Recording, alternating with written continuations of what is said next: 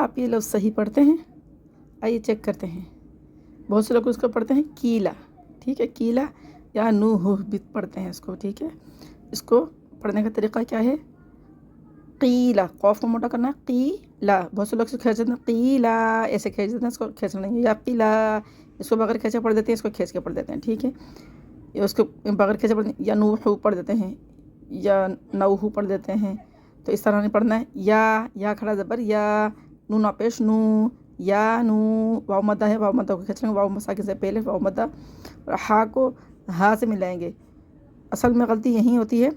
قیلا یا نو، یا نو، ہا پیش حو. قیلا یا نوح، با طا زیر بیطو. قیلا یا نوح بیطو. وقفی صورت میں کیسے پڑھیں گے؟ قیلا یا نوح بیطو. اور آگے کیسے پڑھیں گے؟ قیلا یا نوح اهبط بسلام منا وبركات عليك وعلى أمم ممن معك.